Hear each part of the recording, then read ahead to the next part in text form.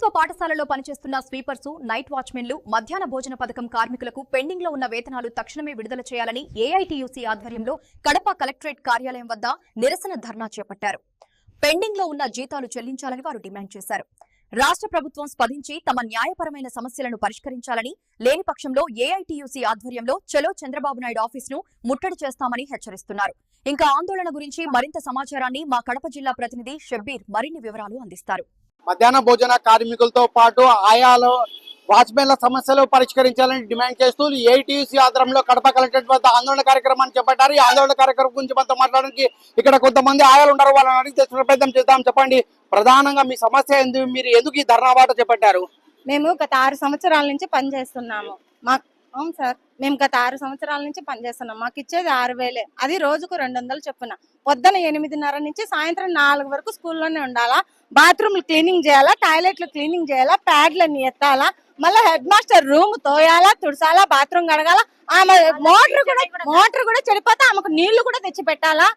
ఎక్కడన్నా క్యాంపస్ లో చెత్త ఉంటే మేమే తోయాలా, టీచర్ల రూములు మేమే తోయాలా, అన్ని మేమే చేయాలా. మాకు ఇచ్చేది ఎంత? రోజుకు 200. కనీసం బయట బేల్లారి పని పోతే 600 వస్తుంది. 4 ఇళ్లలో పాచి పని చేసినా నెలకు 20,000 వస్తుంది. కానీ ఇక్కడ పొద్దున్న నుంచి సాయంత్రం వరకు చేసినా 200. ఆ 200 కోసం పొద్దున్న నుంచి సాయంత్రం వరకు స్కూల్లోనే కాసుకొని ఉండాలా. మాకు ఇంటికాడ పిల్లలేం భర్త నెలకి ఇచ్చే 6,000 కూడా 3 నెలల నుంచి జీతాలు ఇవ్వలేం లేదు. ఆ జీతాలు రాకుంటే మేము ఏ విధంగా తినాలా, ఏ విధంగా బతకాలా? మాకు ఇస్తే కదా, మాకు జీతాలు పెంచితే కదా. 6 సంవత్సరాల నుంచి పెంపు చేస్తానని ఏ విధంగా పెంపు చేస్తున్నారు? మున్సిపాలిటీ వాళ్ళకేమో 21,000, 18,000, మాకేమో 6,000. ఇదే ఆందోళన గురించి మరికొంతమంది పాఠశాలలో పనిచేస్తున్న వాచ్మెన్ ఉన్నారు. వాళ్ళని కూడా అడిగి తెలుసుకునే ప్రయత్నం చేద్దాం. చెప్పండి, ప్రధానంగా మీ సమస్య ఏంది? ఏమని డిమాండ్ చేస్తున్నారు మీరు? మాకు నమస్కారం సార్. మాకు నైట్ వాచ్మెన్లకు జీతాలు పెంచాలని మేము కోరుచున్నాము. మాకు పని కూడా 24 అవర్స్ 24 గంటలు మమ్మల్ని స్కూల్లో వాడుకుంటున్నారు.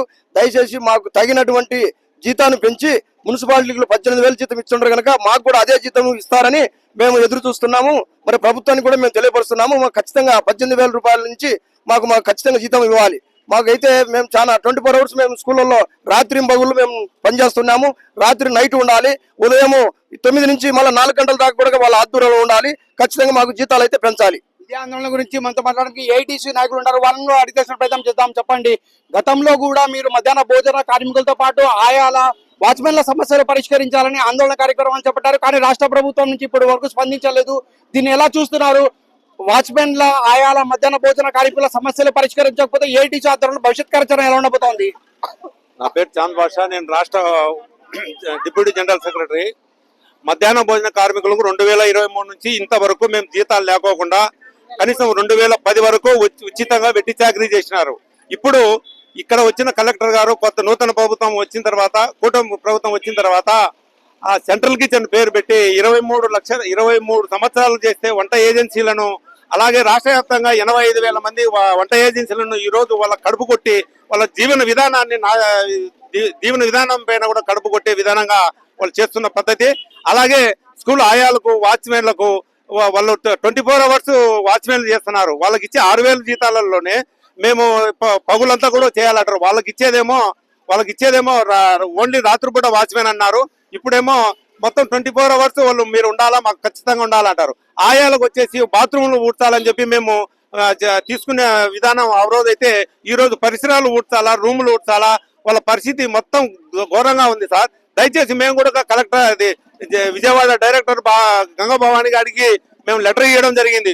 మీరు భవిష్యత్తులో కన్నా ఇట్లే చేస్తే తొందరలో ఇప్పుడు రేపు శీతాకాలం సమావేశాల్లో చలో విజయవాడ కార్యక్రమాన్ని చంద్రబాబు ఆఫీసును ముట్టడించేదానికి కూడా మేము సిద్ధంగా ఉన్నామని తెలియజేసుకుంటున్నాం సార్. వెంటనే కేంద్ర రాష్ట్ర ప్రభుత్వాలు స్పందించి మధ్యాహ్న భోజన కార్మికులతో పాటు వాచ్మెన్లు ఆయాల సమస్యలు పరిష్కరించాలని, లేని పక్షంలో ఏఐటీసీ ఆధ్వర్యంలో చలో విజయవాడ కార్యక్రమాన్ని చేపడతామని చెప్పి ఏఐటీసీ నాయకులు హెచ్చరిస్తున్న పరిస్థితి. కెమెరా పర్సన్ హైదర్తో షబ్బీర్, శ్రేష్ టీవీ న్యూస్, ఉమ్మడి కడప జిల్లా.